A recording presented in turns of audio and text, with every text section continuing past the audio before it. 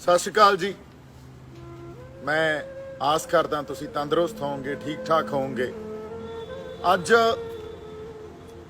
कुछ गंभीर गल्लां करनियां क्योंकि जो हालात बनते जा रहे आ वो बड़े सीरीयस आ, गंभीर आ ते सानू उन्हां प्रति बड़े सुचेत रहना चाहिदा ते बड़ी गंभीरता नाल गल्लां नू सोचना चाहिदा।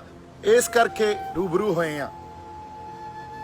जो हालात 80 दे दहाके च बने सी, जदों इंदिरा गांधी उस वेले प्राइम मिनिस्टर सी, उस वेले भी फर्शीवाद या फासिज्म जिन्हों कहते आ उहदा दौर आया सी एक, ते वो फर्शीवाद दा फिर खात्मा कित्थे जाके होया 84 च उहने कलमीनेट एक नस्लकुशी दे वरतारे तो बाद किया, जिस नस्लकुशी च हर किसे इस स्ट्रक्चर च कोई भी छोटी भी यूनिट आ जिहड़ा इस पूरे स्ट्रक्चर च, इस देश के स्ट्रक्चर च उन्होंने भाग लिया, उन्होंने पार्टिसिपेट किया ते उस वेले सिखां नूं दरिंदगी नाल मारिया गया, लब लब मारिया गया, गलां च साडे टायर पाए गए, है ना, जलाए गए, पेट्रोल पाए गए। सो वो हालात 80 दे दहाके च वापरे सी। अज जिहड़े हालात बनते जा रहे आ ये उस तरह के हालात आए। तनाव ते टकराव जिहड़ा पैदा हो रहा ना, ਅਸੀਂ ਇਹਨਾਂ ਗੱਲਾਂ ਨੂੰ बड़े गंभीरता ਨਾਲ ਵਿਚਾਰੀਏ।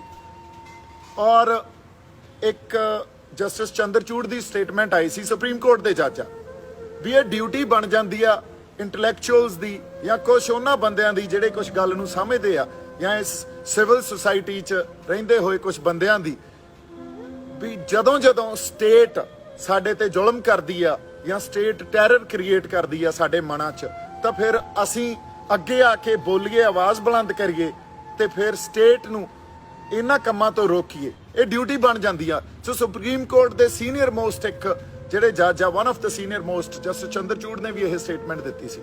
हुण जे आपां अज जिहड़ी गल करनी आ वो गल करनी आ लखीमपुर तो शुरू या उदों पहलां आपां ये कह लईए भी बी.डी. पांडे एक गवर्नर सी पंजाब दे, in the service of free India उन्होंने किताब लिखी ते उस किताब नूं 5 साल उन्होंने मरण तो बाद उन्होंने परिवार ने पबलिश किया।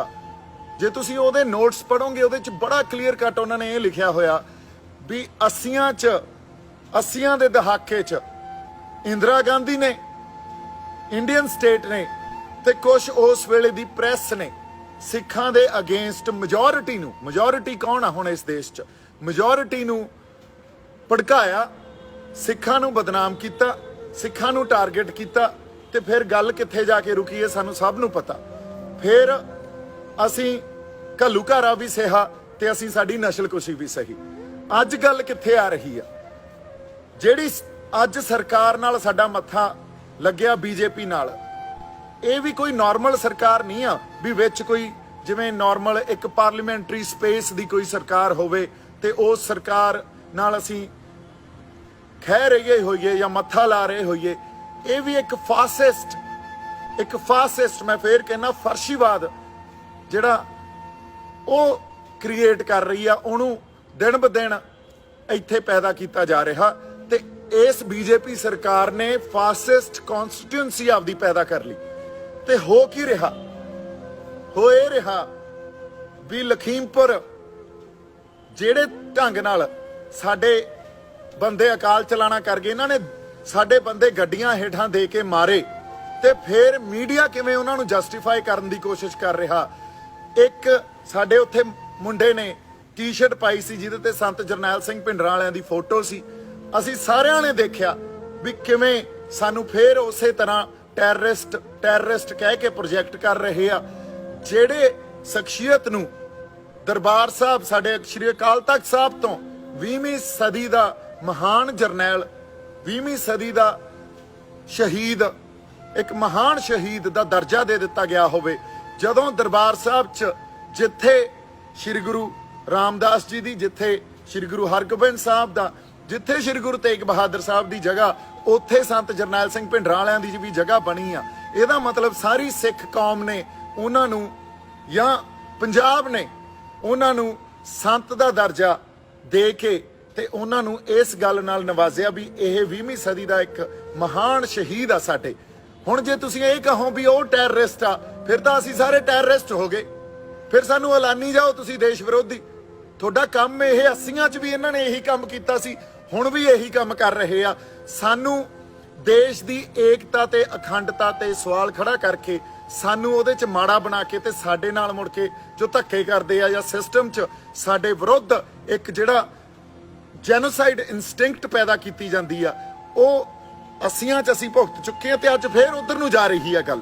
ਇਸ ਕਰਕੇ ਸਾਡੀ ਸਭ ਤੋਂ ਵੱਡੀ ਜ਼ਰੂਰਤ ਬਣ ਜਾਂਦੀ ਆ ਜਿਹੜੇ ਸਾਡੇ ਸਿੱਖ ਸਕਾਲਰ ਆ ਜਾਂ ਜਿਹੜੇ ਸਾਡੇ ਪੰਜਾਬ ਦੇ ਇੰਟੈਲੈਕਚੁਅਲਸ ਆ ਜਾਂ ਸਾਡੇ ਉਹ ਬੰਦੇ ਸਿਵਲ ਸੁਸਾਇਟੀ ਦੇ ਜਿਹੜੇ ਪੰਜਾਬ ਤੋਂ ਬਾਹਰ ਵੀ ਬੈਠੇ ਆ, ਜਿਹੜੇ ਇਹ ਗੱਲ ਮੰਨਦੇ ਆ ਵੀ ਇੱਥੇ ਜਿਹੜੀ ਡਾਈਵਰਸਿਟੀ ਆ ਇਸ ਦੇਸ਼ 'ਚ, ਵਿਆਪਕਤਾ ਇਹਨੂੰ ਰੱਖ ਕੇ ਅਸੀਂ ਇੱਕ ਦੂਜੇ ਨਾਲ ਪਿਆਰ ਨਾਲ ਰਹੀਏ। ਉਹਨਾਂ ਬੰਦਿਆਂ ਦੀ ਡਿਊਟੀ ਬਣ ਜਾਂਦੀ ਆ ਵੀ ਅਸੀਂ ਸਿਰ ਜੋੜ ਕੇ ਬੈਠੀਏ, ਇਸ ਪੂਰੇ ਮਾਹੌਲ ਨੂੰ ਵਿਚਾਰੀਏ, ਇਸ ਤਣਾਅ ਤੇ ਟਕਰਾਅ ਜਿਸ ਤਰ੍ਹਾਂ ਪੈਦਾ ਕੀਤਾ ਜਾ ਰਿਹਾ ਇਸ ਗੱਲ ਨੂੰ ਸਮਝੀਏ ਤੇ ਫਿਰ ਇਹਦੇ ਤੇ ਬ੍ਰੇਨਸਟਾਰਮ ਕਰਕੇ ਕੋਈ ਹੱਲ ਕੱਢੀਏ। ਨਹੀਂ ਤਾਂ ਜਿੱਧਰ ਨੂੰ ਗੱਲ ਜਾ ਰਹੀ ਆ, ਤੁਸੀਂ ਵੇਖੋ ਲਖੀਮਪੁਰ 'ਚ ਬੰਦੇ ਇਹਨਾਂ ਨੇ ਮਾਰੇ। ਟੈਰਰ ਇਹ ਕ੍ਰੀਏਟ ਕਰਦੇ ਆ ਸਾਡੇ ਮਨਾਂ 'ਚ, ਇਹ ਟੈਰਰ ਕ੍ਰੀਏਟ ਕਰਦੇ ਆ। ਟੈਰਰ ਕੀ ਕ੍ਰੀਏਟ ਕਰਦੇ ਆ? ਇਹਨਾਂ ਨੇ ਗੱਡੀਆਂ ਨੂੰ ਹਥਿਆਰ ਵਜੋਂ ਵਰਤਿਆ ਤੇ ਜਮਾਂ ਬਿਨਾਂ ਕਿਸੇ ਪ੍ਰੋਵੋਕੇਸ਼ਨ ਦੇ ਜਦੋਂ ਸਾਡੇ ਬੰਦੇ ਮੁਜ਼ਾਹਰਾ ਕਰਕੇ ਆਪਦਾ ਵਾਪਸ ਜਾ ਰਹੇ ਸੀ, ਉਹਨਾਂ ਦੇ ਉੱਤੋਂ ਦੀ ਗੱਡੀਆਂ ਚੜਾਤੀਆਂ। ਸੋ ਟੈਰਰਿਸਟ ਕੀ ਹੁੰਦਾ? ਟੈਰਰਿਸਟ ਉਹੀ ਹੁੰਦਾ ਨਾ ਜਿਹੜਾ ਲੋਕਾਂ ਦੇ ਮਨਾਂ 'ਚ ਟੈਰਰ ਕ੍ਰੀਏਟ ਕਰਦਾ। ਇਹ ਤਾਂ ਸਰਕਾਰ ਦੇ ਬੰਦੇ ਕਰ ਰਹੇ ਆ। 2 ਦਿਨ ਪਹਿਲਾਂ ਉਹ ਮੁੰਡਾ ਜਿਹੜਾ ਮੰਤਰੀ ਦਾ, ਉਹ ਦਿੱਲੀ ਕਿਸੇ ਫੰਕਸ਼ਨ 'ਚ ਚੀਫ ਗੈਸਟ ਸੀ, ਅੱਜ ਉੱਥੇ ਪੁੱਛਗਿੱਛ ਲਈ ਚਲਾ ਗਿਆ। ਉਹਦੀ FIR ਪੜ੍ਹ ਲਓ, ਇੰਨੀ ਵੀਕ FIR ਆ। Being a liar I'm telling you, ਇੰਨੀ ਵੀਕ FIR ਆ ਵੀ ਉਹਦੇ ਤੇ ਕਨਵਿਕਸ਼ਨ ਹੋ ਹੀ ਨਹੀਂ ਸਕਦੀ। ਤੇ ਜਮਾਂ ਐਵੀਡੈਂਸ ਸਾਹਮਣੇ ਪਿਆ, ਜਮਾਂ ਕਲੀਅਰ ਕੱਟ ਗੱਲ ਆ ਵੀ ਸਾਡੇ ਬੰਦੇ ਇਹਨਾਂ ਨੇ ਕਿਸੇ ਗਿਣੀ ਮਿਥੀ ਸਾਜ਼ਿਸ਼ ਦੇ ਅਧੀਨ ਜਾ ਕੇ ਮਾਰੇ। ਸੋ ਅਸੀਂ ਜਿਹੜੀ ਸਰਕਾਰ ਨਾਲ ਪੰਗਾ ਲਈ ਬੈਠੇ ਆ ਨਾ, ਉਹ ਸਰਕਾਰ ਇੱਕ ਫਾਸਿਸਟ ਸਰਕਾਰ ਆ, ਇੱਕ ਫਰਸ਼ੀਵਾਦੀ ਸਰਕਾਰ ਆ। ਇਹਦੇ ਖਿਲਾਫ ਜਦੋਂ ਲੜਨਾ, ਸਾਡੇ ਆਗੂਆਂ ਨੂੰ ਵੀ ਮੇਰੀ ਬੇਨਤੀ ਆ, ਤੁਸੀਂ ਮੇਰੀਆਂ ਗੱਲਾਂ ਨੂੰ ਹਰ ਵਾਰ ਨੈਗੇਟਿਵ ਵੇ 'ਚ ਲੈ ਜਾਂਦੇ ਹੋ। ਮੇਰੀ ਬੇਨਤੀ ਆ ਤੁਹਾਨੂੰ ਵੀ ਹੁਣ ਤਾਂ ਅਸੀਂ ਕਿਸੇ ਨੂੰ ਪ੍ਰਵੋਕ ਨਹੀਂ ਕੀਤਾ ਸੀ, ਹੁਣ ਤੱਕ ਕਿਸੇ ਤਰ੍ਹਾਂ ਦਾ ਭੜਕਾਹਟ ਨਹੀਂ ਸੀ, ਨਾ ਕੋਈ ਸਾਡਾ ਬੰਦਾ ਵਾਇਲੈਂਸ ਕਰ ਰਿਹਾ ਸੀ। ਹੁਣ ਤਾਂ ਅਸੀਂ ਜਮਾਂ ਨਾਨ ਵਾਇਲੈਂਟ ਜਾਬਤੇ 'ਚ ਸੀ ਤੇ ਫੇਰ ਵੀ ਸਾਨੂੰ ਮਾਰ ਗਏ। ਸਾਡੇ ਤੇ ਪਹਿਲਾਂ ਸਾਡੇ ਆਗੂਆਂ ਦੇ ਮੂੰਹੋਂ ਇਹਨਾਂ ਨੇ ਇਹ ਗੱਲਾਂ ਕਹਾਈਆਂ ਵੀ ਨਿਸ਼ਾਨ ਸਾਹਿਬ ਲਾ ਦਿਓ, ਨਿਹੰਗ ਸਿੰਘ ਜਥੇਬੰਦੀਆਂ ਵਾਪਸ ਚਲੀਆਂ ਜਾਣ ਉੱਥੋਂ। ਇਸ ਗੱਲ ਤੋਂ ਬਾਅਦ ਅਗਲੀ ਗੱਲ ਇਹਨਾਂ ਨੇ ਕਹੀ ਜਦੋਂ ਸਾਡੇ ਨਿਸ਼ਾਨ ਸਾਹਿਬ ਨੂੰ, ਫਿਰ ਇਹਨਾਂ ਨੇ ਇਹ ਕਿਹਾ ਦੇਖੋ ਖਾਲਿਸਤਾਨ ਦਾ ਝੰਡਾ ਦੇਸ਼ ਦੀ ਏਕਤਾ ਤੇ ਅਖੰਡਤਾ ਨੂੰ ਖਤਰਾ। ਕਿਵੇਂ ਸਾਡੇ ਵਿਰੁੱਧ ਗੱਲਾਂ ਪੈਦਾ ਕੀਤੀਆਂ ਜਾਂਦੀਆਂ। ਫਿਰ ਅਗਲੀ ਗੱਲ 26 ਜਨਵਰੀ ਨੂੰ ਇੱਕ ਐਕਸਪ੍ਰੈਸ਼ਨ ਜ਼ਾਹਰ ਕੀਤਾ ਸੀ ਜਦੋਂ ਇੱਕ ਖਾਲੀ ਪੋਲ ਤੇ ਨਿਸ਼ਾਨ ਸਾਹਿਬ ਤੇ ਕਿਸਾਨੀ ਝੰਡਾ ਲਾਇਆ। ਉਦੋਂ ਇਹ ਗੱਲ ਪ੍ਰਚਾਰੀ ਗਈ ਵੀ ਤੁਹਾਡੇ ਤੇ ਤਾਂ ਨਸਲਕੁਸ਼ੀ ਹੋ ਜਾਣੀ ਸੀ, ਵੀ ਜਦੋਂ ਤੁਸੀਂ ਝੰਡੇ ਜਾ ਕੇ ਹਾਈ ਕੋਰਟ ਤੇ ਲਾ ਦਿੰਦੇ ਹੋ ਤਾਂ ਇੱਕ ਇਸ ਦੇਸ਼ ਦਾ ਜਿੱਥੇ ਕਾਨੂੰਨ ਨੂੰ ਪ੍ਰੋਟੈਕਟ ਕੀਤਾ ਜਾਂਦਾ ਇੰਸਟੀਟਿਊਸ਼ਨ ਆ, ਉੱਥੇ ਤੁਹਾਡੇ ਤੇ ਤਾਂ ਨਸਲਕੁਸ਼ੀ ਦਾ ਸਵਾਲ ਨਹੀਂ ਖੜਾ ਹੁੰਦਾ। ਜਦ ਤੁਸੀਂ ਜਦੋਂ ਬੰਦਿਆਂ ਨੂੰ ਮਾਰਦੇ ਹੋ ਤੁਹਾਡੇ ਤੇ ਨਸਲਕੁਸ਼ੀ ਦਾ ਸਵਾਲ ਨਹੀਂ ਖੜਾ ਹੁੰਦਾ ਤੇ ਸਾਡੇ ਤੇ ਹੀ ਨਸਲਕੁਸ਼ੀ ਦਾ ਸਵਾਲ ਖੜਾ ਹੋਣਾ। ਫਿਰ ਤੁਸੀਂ ਦੱਸੋ ਵੀ ਸਾਡੀ ਵਫਾਦਾਰੀ ਕਿਹਦੇ ਪ੍ਰਤੀ ਹੋਣੀ ਚਾਹੀਦੀ ਆ? ਹੁਣ ਜੇ ਤੁਸੀਂ ਸਾਨੂੰ ਦੇਸ਼ ਵਿਰੋਧੀ ਐਲਾਨਣਾ ਐਲਾਨੀ ਜਾਓ, ਮਾਰੀ ਜਾਓ ਸਾਨੂੰ, ਫਿਰ ਇਹੀ ਕੰਮ ਕਰ ਸਕਦੇ ਹੋ।